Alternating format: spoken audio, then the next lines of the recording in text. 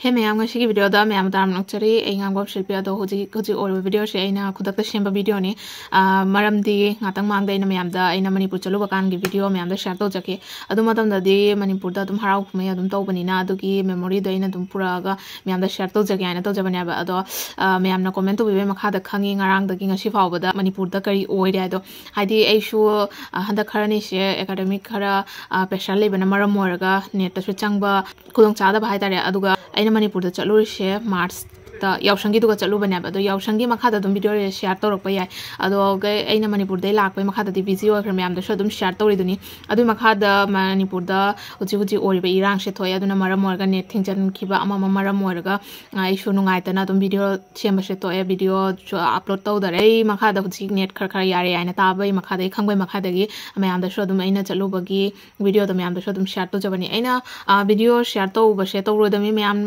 dum request to bri ko adum khar khar adum thagalo ji kari kari ori adum thagalo aina mayam nu request tore adui makha da hujikti adum Assam Tripura Bangladesh ta shu natana Manipur gi blogger mayam sha adum video upload to jare aduna maram morga isu sangba matam da dum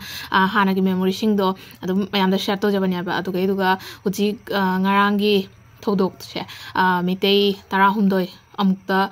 lekhi ta bagai she thamoi yam shokpa news mani hai tare adu news tai tasing namake ta ja hoda bagini ado mayam na comment to bai makha de shu khangak pana ba adu makha de adum news ta adum enge kamai kai to bano adu khangba ngame ado adu kimati nungai thai tare ado mayam da shu sengduk chagi ana kai nai de huji ori ba film duga aina video thagalu ba she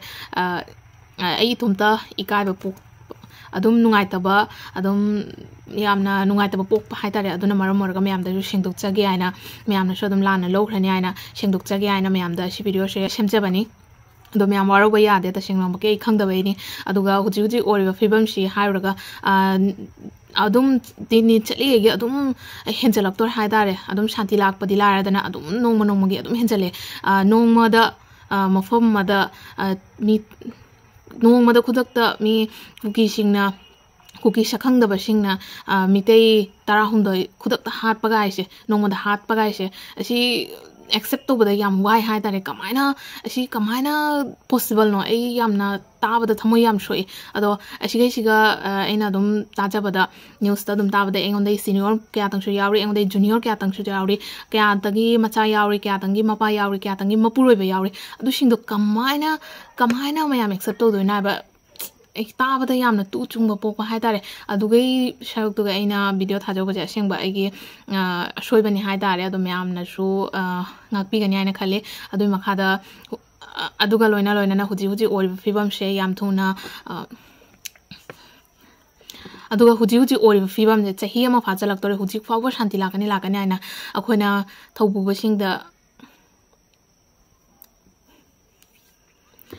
nongma gi shanti lak padi lar dana nongma gi mi si ba sha adum henjalak tore nongma gi akhoina adum shanti lakadra aina adum ngai duna lerga dum henjalak tore sumaina to ba dar mi te adum mut pata bani ado huji pham pai biri ba tongam ba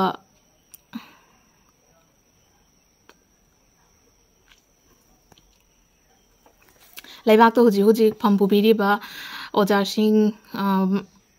लेबाक तो हुजी फम पुबीरी बा ओजा सिंग मकोक थंग busing दा हाइजनिंग हुजी ओरि बा फिबम से याम थुना फबा ओहन बिरो नत्रदि मितै मुत पकि सुकु होरा रो चाहि अमा ngasi चाहि अमा फाजलक तोरे हुजी फाउबा करिगी नो हाइबा सिकी मरम दा कैसु माउन स्टेप अमतंग लौद्रि से स्टेप लौबत ना आरसु करिगी ना बा मोइन अदुम हेंजलै से अदुम शांति लाकद्रा आइना दे खलगा अदुम नोंग गी हेंजलै मितै जे सुमाइ तो पता दे मुत पता अदो मणिपुर की सीएम पाबुंग बिरेन दा हाइजनिंग हुजी ओरिबा थौदोक से याम तुना असि इंबिदुना याम तुना फबो ओहनबिरो अखोइदी पाबुंग बिरेन दा रिक्वेस्ट तौबा गतनि पाबुंग बिरेन असिगी स्टेप से लोखत पिद्रगा दे अखोइ कमाइना कै तौदोइनो पाबुंग अदो ngasi ओरिबा थौदोक से ngarang dagi oiriba thodok se yam nungaite yam pukning ado mayam warawi ba yade ngasi video se shada lo sanjarage mayam yam pukning sonda biganu ama akoi mite mesen manasi lingzen manasi adugani shanti laktoi se